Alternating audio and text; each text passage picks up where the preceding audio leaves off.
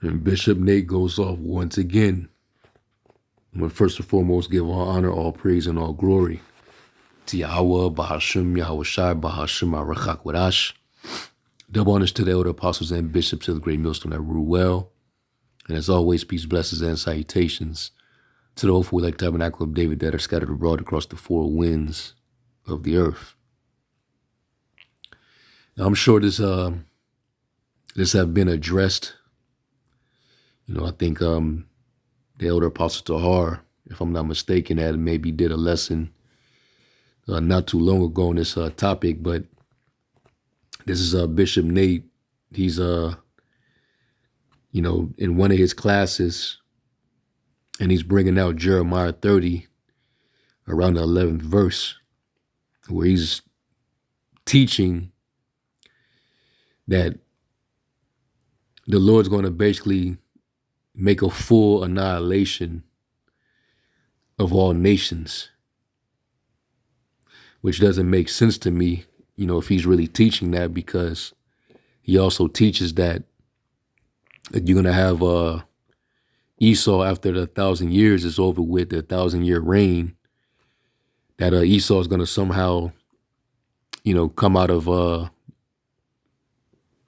he's going to come out of his pit, and he's going to try to basically put up a fight. There's going to be another war where he's going to attempt to rebel, once, the 1,000-year reign has been fulfilled. All right. And, I haven't heard Nate teach that since, because we got on his case after he brought that out. But, if he does teach that, but then he goes on to teach what you're getting ready to hear, then I think that's a very contradicting position to have.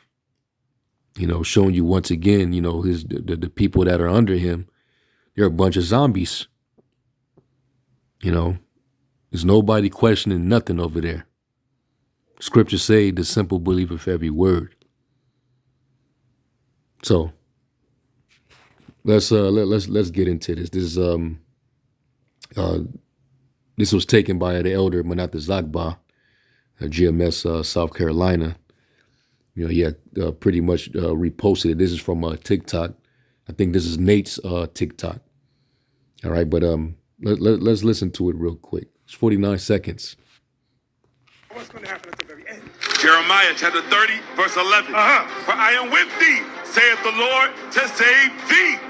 Though I make a full end of all nations. Though I destroy all the nations. Whither I have scattered thee. Yet will I not make a full end of thee. Now what you going to do with that? God said I'm going to get rid of all the nations. Except you Israelites. Get mad. Tell your mamas get mad now. That's in the Bible. I didn't write this. God said he's going to get rid of all the nations. All of them. So your little East Indian friend, your little Chinese friend, you can say bye. Say bye to Miss Laura now. That's what the Bible says. So let me bring it back so you can hear it again. I don't want to take nothing out of context. So let's re-listen. What's going to happen at the very end? Jeremiah chapter 30, verse 11. For I am with thee, saith the Lord, to save thee. Though I make a full end of all nations. Though I destroy all the nations. Whither I have scattered thee. Yet will I not make a full end of thee. Now what you going to do with that?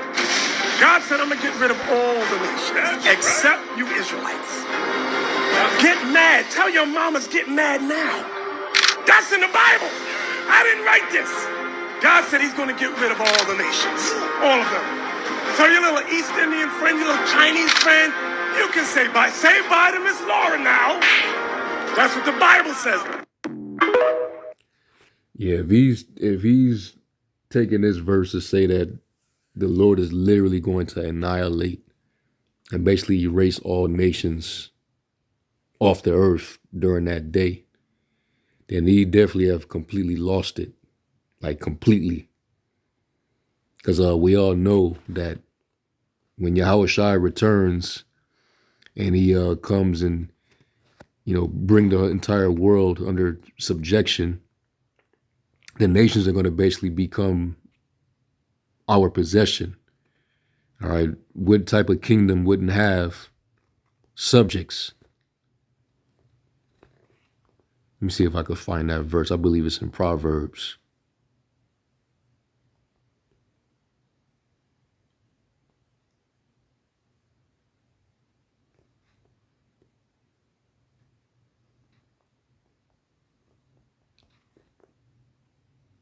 Clearly, the nations are going to be in our kingdom.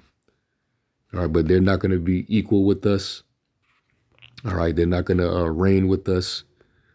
They're not going to be priest or none of these things that pertain to the children of Israel. Damn, where is that verse at? Let me just type this in.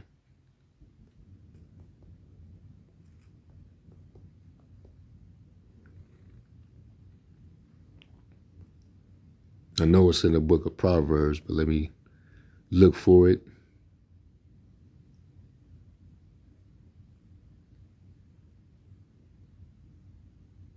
And I can even read some of these verses, like Psalm 72, for example. It talks about basically the Lord's reign on earth, all right, and how all nations before him is going to serve him. So how are they going to exist to serve him if they all are completely destroyed? That doesn't make any sense. All right, read Psalms the 72nd chapter. All right, he's going to basically destroy our oppressors. He's going to break in pieces the oppressors. But the people that are remaining, they're going to basically bow to their knee. They're going to bow their knee to the King of Kings, and then they're going to serve him. And be in the fact that the Lord's elect are going to be joint heirs with him, they're going to serve them as well. So if they were all annihilated, destroyed, there wouldn't be no nations left to even serve us. There wouldn't be left to serve Yahushai. So I don't know if that clip was cut short and he didn't give context and clarity to what he was saying. But that's horrible if he's teaching that.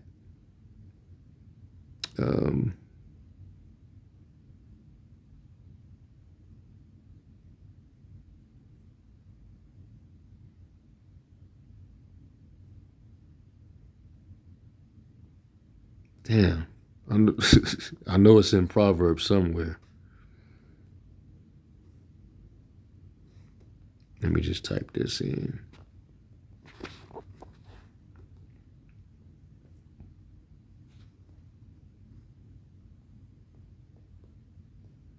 I know it goes like basically, here it is, Proverbs 14:28 in the NLT. It says, a growing population is a king's glory. A prince without subjects has nothing. And, when the Lord comes back in his glory and the dominion is given to him, he's going to have subjects. What is there? If there's no subjects, then what is there to inherit? We're going to inherit the heathen. They're going to be made a possession to us. So they're going to be in the kingdom. So Jeremiah 30:11 doesn't mean that he's going to basically annihilate all nations. All right. Let me get this precept in Ecclesiastes.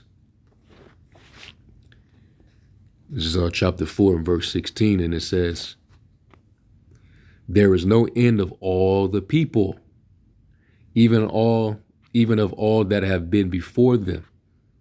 They also that come after shall not rejoice in him.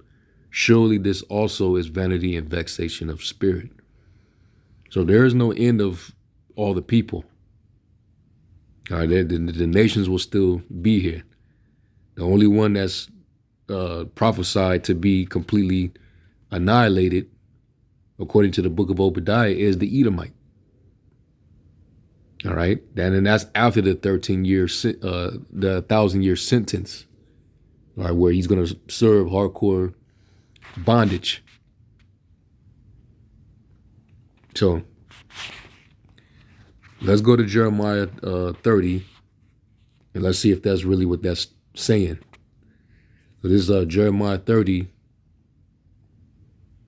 and verse, I'm going to start at verse 8.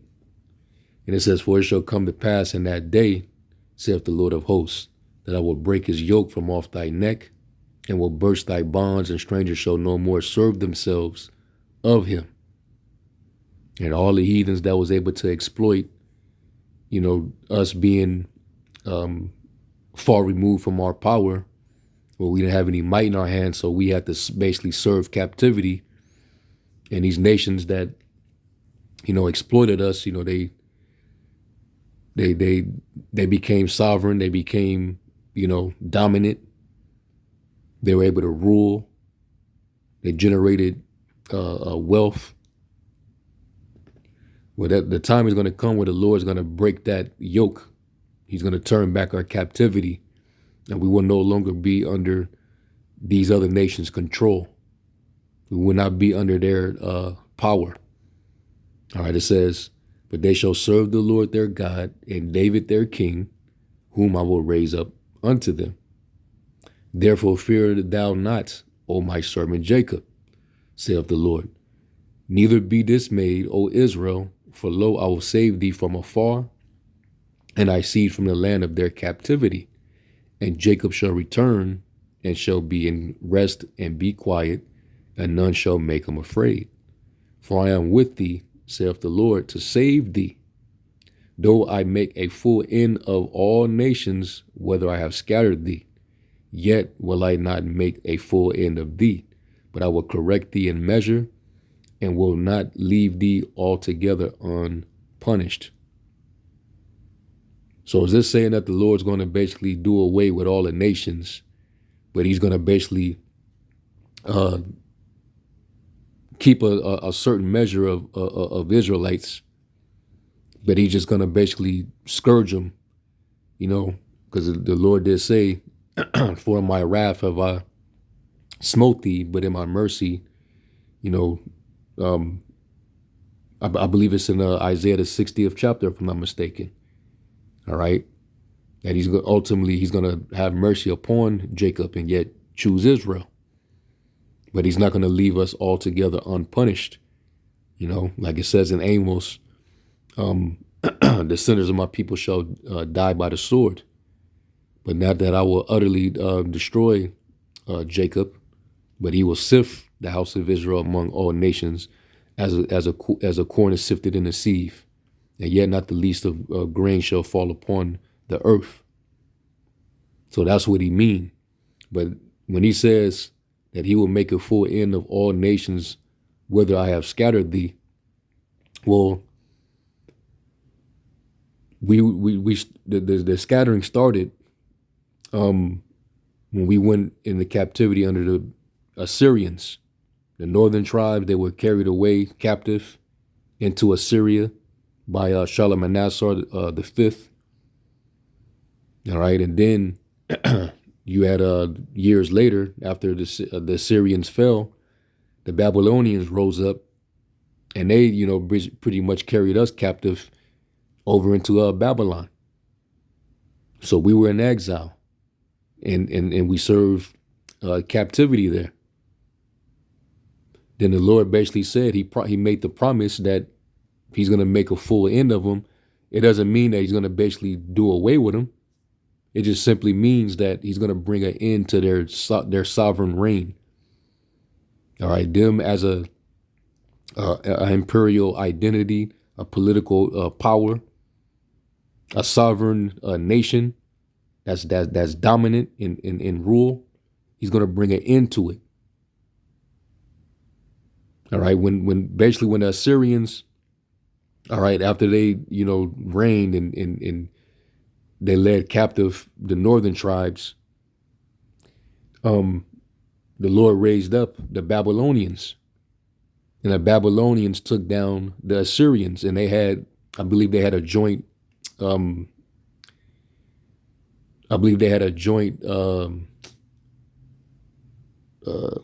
I believe they were partnered up with the Medes, if I'm not mistaken, if you go into the history. All right. they pretty much had they had a joint conglomerate with the Medes to take down the Assyrians. Okay.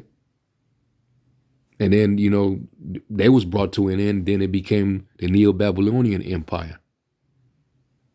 And then they, fulfilled their purpose. The Lord rose up Nebuchadnezzar, and then you had Belshazzar. All right. And you had different, and they were Assyrians. The ones who ruled over Babylon were Assyrians. But the Lord brought an end to the Assyrian Empire and brought forth the Babylonian Empire. Now, who did the Lord use to bring down the Neo-Babylonian Empire? The Medes and the Persians. Now, let's go here real quick. Let's go to Isaiah 21. And I'm going to read it in the NLT. It is Isaiah 21:1. It says, "This message came to me concerning Babylon, the desert by the sea. Disaster is roaring down on you from the desert, like a whirlwind sweeping in from the Negev. I see a terrifying vision. I see the betrayer betraying, the destroyer destroying. Go ahead, you Elamites and Medes, attack and lay siege. I will make an end to all the groaning Babylon caused." Because Babylon was they were mighty in their power. Even Egypt and Assyria tried to link up, and Judah, to try to fight Babylon, and they all got took down. Because the Lord was with the Babylonians just for the sake of prophecy. But after, the oppression, and the captivity, once that dominion had its end, it was time for the Medo-Persians to rule. So what did the Lord do? He brought a full end to the Babylonian Empire by using the Medo-Persians. All right. They captured Babylon. They took it. And the kingdom was translated from the Babylonians to the Medes and the Persians. So that was how the Lord brought an end to a nation that oppressed us. So what the hell is Nate talking about? And there's just, one example. And then they, of course, fell by you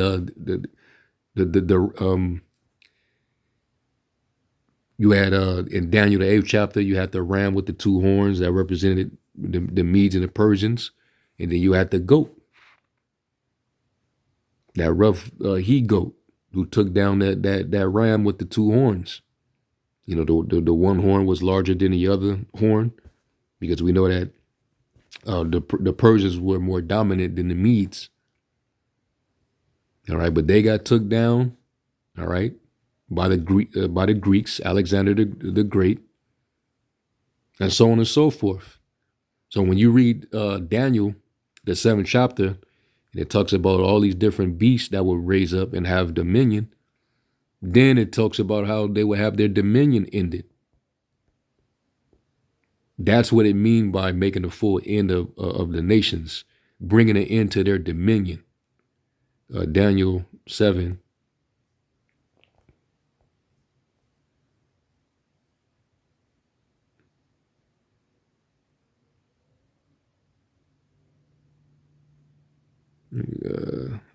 What verse is it?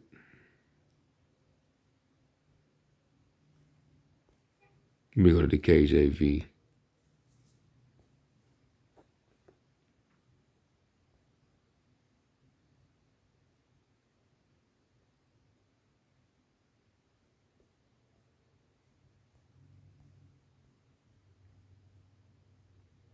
Yeah, so it was verse 12, Daniel 7 and 12. So let me jump back up. Because we was going to go into captivity under all these beasts.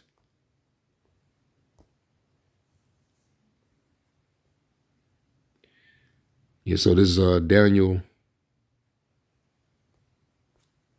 Let me see what it's saying at AMP. Yep. This is the AMP. I like this translation. Daniel 7 and 2, it says, Daniel said, I saw my vision by night, and behold, the four winds of heaven were stirring up the great sea, the nations.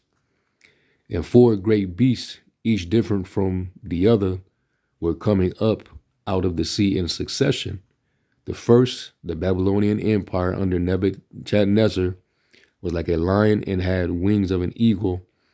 I kept looking until his wings were plucked, and it was lifted up from the ground and made to stand on 2 feet like a man, and a human mind was given to it. And behold, another beast, a second one, the Medo-Persian Empire, was like a bear, and it was raised up on one side domain, and 3 ribs were in its mouth between its teeth, and it was told, rise, devour much meat. After this, I kept looking, and behold, another one, the Greek empire of Alexander the Great, like a leopard, which had on its back 4 wings, like those of a bird. The beast also had 4 heads, Alexander's generals, his successors, which, you can name them, Lysimachus, Cassander, Ptolemy, and Seleucid, right? And power to rule was given to it.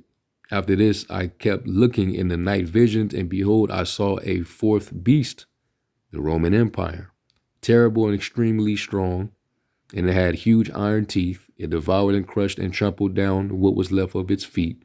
It was different from all the beasts that came before it, and it had 10 horns, 10 kings. All right. And let me jump down to verse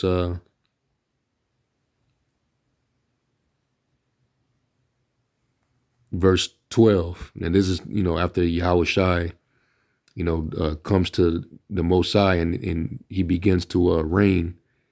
All right. Because the dominion was given to him.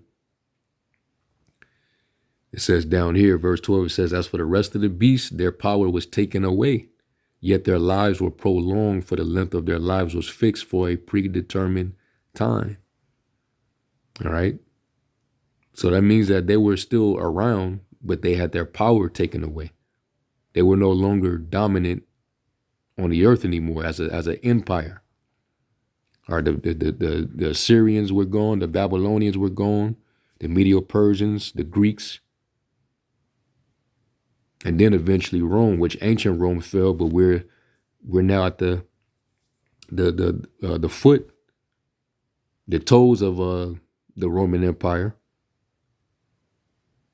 And that's getting ready to go into perdition. So, and like, because I believe he also, when he brought out in Revelation where it says, and there was no more sea, he was basically using that to imply that all the nations were basically completely erased. They were destroyed. But that's not what that's saying. When it says, and there was no more sea, that meant Yahushai had all the authority, the dominion. These other nations that had power, they no longer had that power. All right, remember, when Yahushua comes back, he's going to take away their dominion and their authority from the earth. This is 1 Corinthians 15. Yeah, 1 Corinthians 15 and 24, and it says, after that comes the end, completion, when he hands over the kingdom to the Most High the Father, after he has made inoperative and abolished every ruler and every authority and power.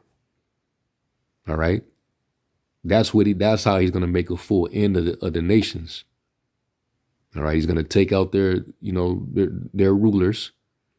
When you read Isaiah 34th chapter, it talks about how he basically destroyed all their armies. The Lord's indignation was upon all these nations and their armies.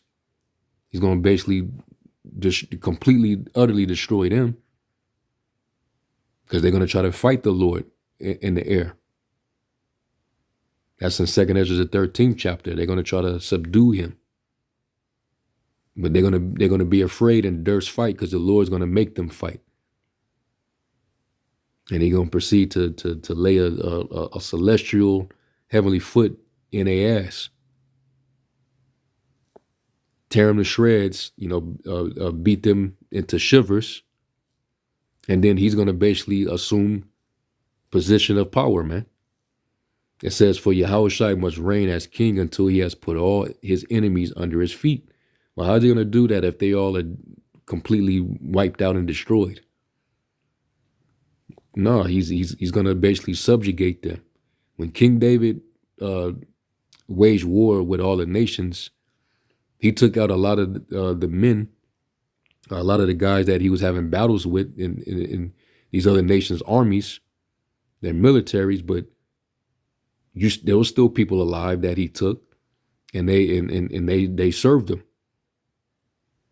All right, he put them under these crazy sharp instruments and slave labor. Put them under the bricklin. He basically worked them. Took their women for spoil, all that.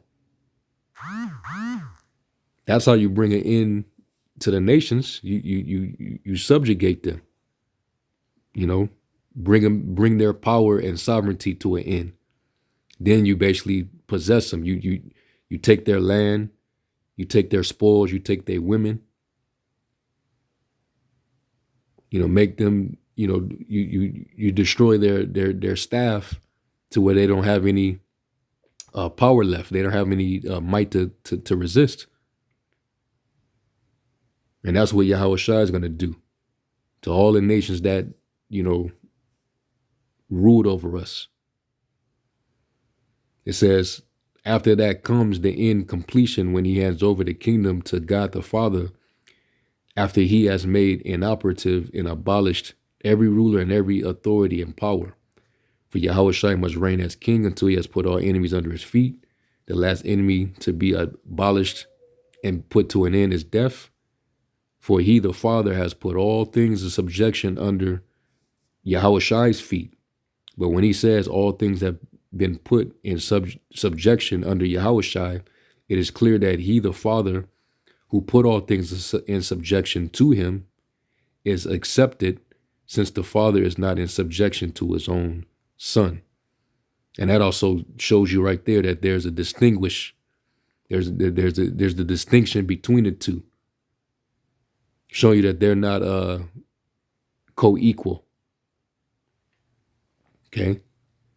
And it says, however, when all things are subjected to him, Yahushua, then his Son himself will also be subjected to the one, the Father, who put all things under him, so that the Most High power may be all in all, manifesting his glory without any opposition, the supreme indwelling and controlling factor of life.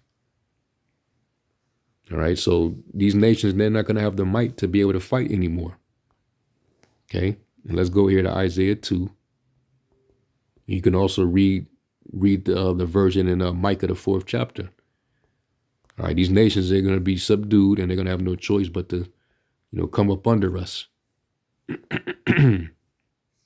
Isaiah 2 and 1, it says, the word from the Most High, which Isaiah, son of Amos, saw in a vision concerning the nation of Judah and its capital city, Jerusalem. Now it will come to pass that in the last days, the mountain of the house of the Lord will be firmly established as the highest of the mountains. All right, the highest government, the highest form of government on the earth. And all nations are going to have to, they're going to be under our government. All right, they're going to be governed on, the affairs of living a righteous lifestyle. All right. We're going to judge matters. It says, and will be exalted above the hills, and all nations will stream to it, and many peoples will come and say, let us go up to the mountain of the Lord, to the house, the temple of God of Jacob, that he may teach us his ways, and that we may walk in his paths. For the Lord will go out of Zion, or out from Zion, in the word of the Lord from Jerusalem. And he will judge between the nations, and he will mediate disputes for many peoples. And they will beat their swords into plowshares and their spears into pruning hooks. Nation will not lift up sword against nation, and never again will they learn war. So that's how he's going to make a complete end of them. What gave these nations power in the first place? Their ability to war. The power of the sword, especially Esau. Having us in subjection, the children of Israel, and having their own sovereignty and being able to rule. And they had their military. They had their armies. Israel, we don't have an army, at least not on earth. We have a celestial army. The Sabaoth, and that's who the Lord's going to come back with eventually, when he puts these nations in subjection. All right, so yeah, Nate, if that's what he's teaching, he's going completely off, man. All right, he need to clarify that. What do you mean by he's going to destroy all these nations? Yeah, it says that he's going to make a full end of them, but that's not saying that they're going to be done away with like Esau is. All right. How else is this going to happen? Let's go to Zechariah 14. Zechariah 14:16, it says, "Then everyone who is left of all the nations that went against Jerusalem will go up from year to year to worship the King, the Lord of hosts, and celebrate the Feast of Booths or Tabernacles. And it will be that whichever of the families of the earth does not go up to Jerusalem to worship the King, the Lord of hosts, there will be no rain on them." You're going to starve. You're not going to get any crops. Ain't no vegetation going to grow in with no rain. If the family of Egypt does not go up to Jerusalem and present themselves, then no rain will fall on them. It will be the plague which the Lord will strike the nations who do not go up to celebrate the Feast of Booths or Tabernacles. This will be the consequent punishment for the sin of Egypt and the consequent punishment for the sin of all the nations that do not go up to celebrate the Feast of Booths. All right. So this won't be fulfilled if all the nations are destroyed. All right. So obviously, Nate is he tripping again, man. All right, but that's pretty much my take on it. Hopefully y'all were edified. Call Allah Yahweh Shai Shalom.